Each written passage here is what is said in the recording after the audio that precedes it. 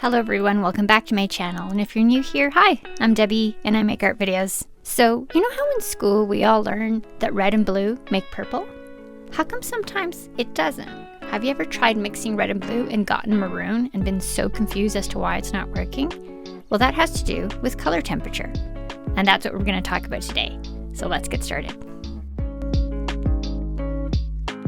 This entire video was inspired by these color wheels that I made with a split primary palette. And then when I got to thinking about it, I'm like, I have to explain what that means. So I thought I would split a page in half and show you. So a split primary palette is split into cools and warms. So you have one of each primary. You have a warm and a cool red, a warm and a cool yellow, a warm and a cool blue. And for my purposes, I'm using cerulean, ultramarine, carmine, vermilion, lemon, and yellow. Now, some people would say that ultramarine and cerulean are both warm blues, but in this case, I would say that the cerulean is icier than the ultramarine, so I'm going to call it a cool color. But this is the problem with warm and cool colors.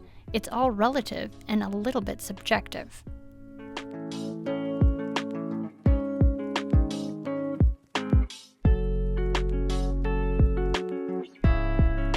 I wanted to introduce this idea of a split primary palette to you guys because I think it has so much versatility, and you can get pretty much the entire range of colors if you pick the right colors to start off with. And then I got to thinking, sometimes people get frustrated when they can't make the color they want. And this is another way to illustrate why that's happening.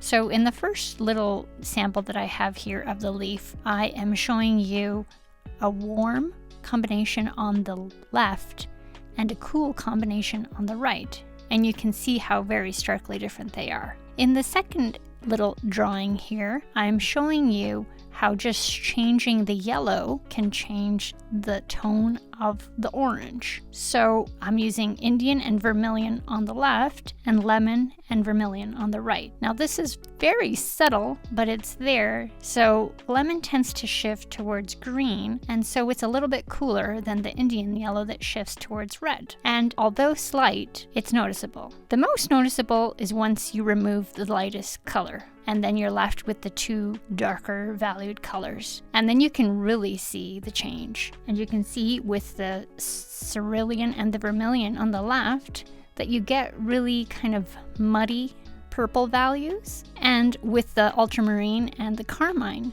you get more of what you would consider a purple value.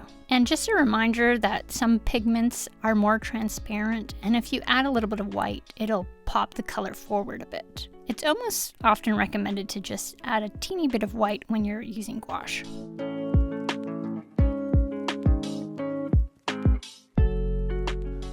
So in general, what is considered a cool color is blue, green, and purple. And was considered a warm color is yellow, red, and orange.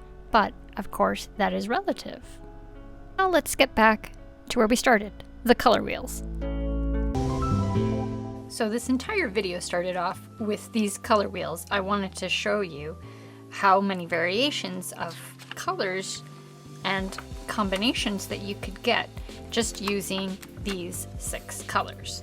So that's all the color wheels that I did in different combinations. But then it turned out that I needed to figure out a way to explain why I selected these colors, the warms and the cools. And then we expanded upon that. Now what I wanted to mention about these color wheels is that this is sort of pure color that you're getting here, pure gradation of color. And sometimes these mixes might be useful, but I think that in reality, the more useful mixes are when you have a certain mixture, certain combination of all 3. So I would recommend that if you're going to do this exercise, that you do this mixture, and then with the colors that are remaining on your palette, make more mixtures and see really what the real potential of the palette is. So these are all the mixes that you can get from this mixture of colors. And these are really the more useful colors that you will probably need in your paintings.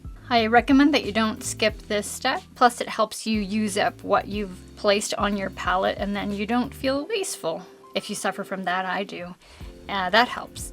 The other thing that I did is just because, yeah, I hate wasting paint, is that once my palette was all dirtied up like that and I needed to mix something new, then I'd mix all the colors together and I would prepare some pages in this little sketchbook. So these are just some neutral shades that I got from mixing all of these colors together, and I can paint something on top of that in the future. Just an idea. This method of just making circles worked for me, and I don't mind that it's not that tidy. It's tidy enough for my purposes, but if you would like something a little tidier, then I did find a couple of these templates online, and I'll make them available on my blog post that I'll attach to this video. And if you want a tidier version, you can print out these templates and then either using graphite paper if you have any, or just scribble on the back of this paper with some graphite pencil. You can trace the image over. That's a little tip if you want to use those. But here's a different variation. So I have the pure color mixes here, the ones added with white here, and then ones added with black there. So you can see how dark you can get in those mixes. This is a primary palette. Yellow ochre, permanent magenta, and Prussian blue. But you can also just mix 3 random colors together and see what you get. So this one is done using burnt sienna, violet, and deep yellow. And that, I saw somebody, I forget who it was, I think it was Nigel Paints, put it in the description box below. And he used this palette to do a little painting study, and I thought it was really interesting. So you can do it with any 3 colors really. And this is a really good way to explore your palette and also get familiar with your colors and how much they can do really. And it'll also make you aware of how dark they can go. And also, if you're having a frustrating moment where you cannot mix the color that you're looking for, it's probably because you're not starting with the right color. So that's just a reminder, and I hope that illustrates what I'm trying to communicate to you guys about warm and cool colors. You'll never get this green with that blue. It's impossible. With these 2 blues, maybe that is a little bit clearer because that's a deeper color and that's a brighter color. So naturally you would imagine that you'd get a darker green. It also helps to see really what the color range of that green, this green spectrum is. Explore your colors. It takes a lot of looking in order to see these things. It's not necessarily obvious, and don't feel frustrated if you cannot see the temperature. Just keep practicing and it'll become easier. So I'll have all these pages scanned and I'll add it to a blog post, and that'll be a resource for you, and I'll have the blog linked in the description box below if you'd like to see any of the pages that I made with you guys today. So I hope that's useful. One last thing I wanted to mention that I got from the channel in the studio, this little tip, that if you're, trying to figure out these color relationships, whether it's cool or warm, you can make a little swatch on a piece of paper and bring it up to the color and then see how they bounce off each other. Putting a color next to itself, like for example here, these are next to themselves, and then you can see the color relationship much clearer. Use a little swatch card. That's helpful.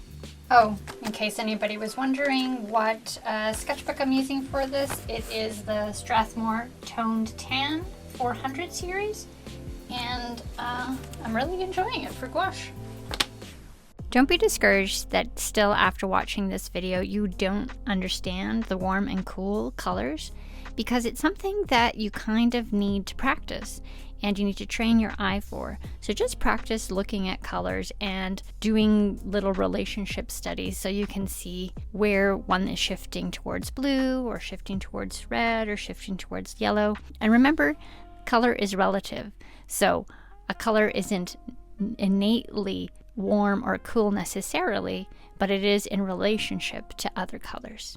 So in the comment section below, how about you list your favorite color and try to identify whether it's a warm or a cool. And I'll see you guys in the next one. Bye now.